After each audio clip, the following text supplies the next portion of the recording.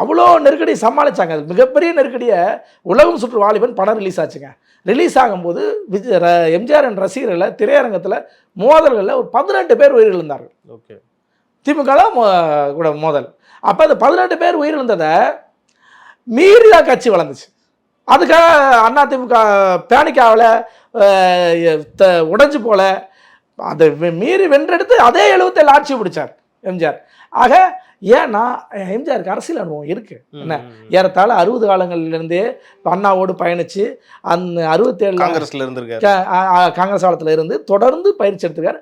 அவர் மட்டும் இல்லை, அவர் கூட இருந்த தம்பிமார்கள் அத்தனை பேரும், நாவலர் நெடுஞ்செழியன்லேருந்து அத்தனை பேரும் கூட இருந்த எல்லாருமே அரசியல் அனுபவம் பெற்றவர்களாக இருந்தாங்க. என்ன அதனால் நாளைக்கு ஒரு பிரச்சனைனா பேசக்கூடியவர்களாக இருந்தாங்க. பிரச்சனை அம்மா அவர்கள் கூட எம்ஜிஆர் இருக்கிற காலத்திலே அவர்கள் மிகப்பெரிய பேச்சாளர். என்ன இப்படி ஒவ்வொருத்தரும் மிகப்பெரிய பேச்சு. பண்ருட்டி ராமச்சந்திரன் என்ன பல்வேறு அரசியல் அனுபவங்கள் உள்ளவர்களாக இருந்தார். அப்போ எல்லாருமே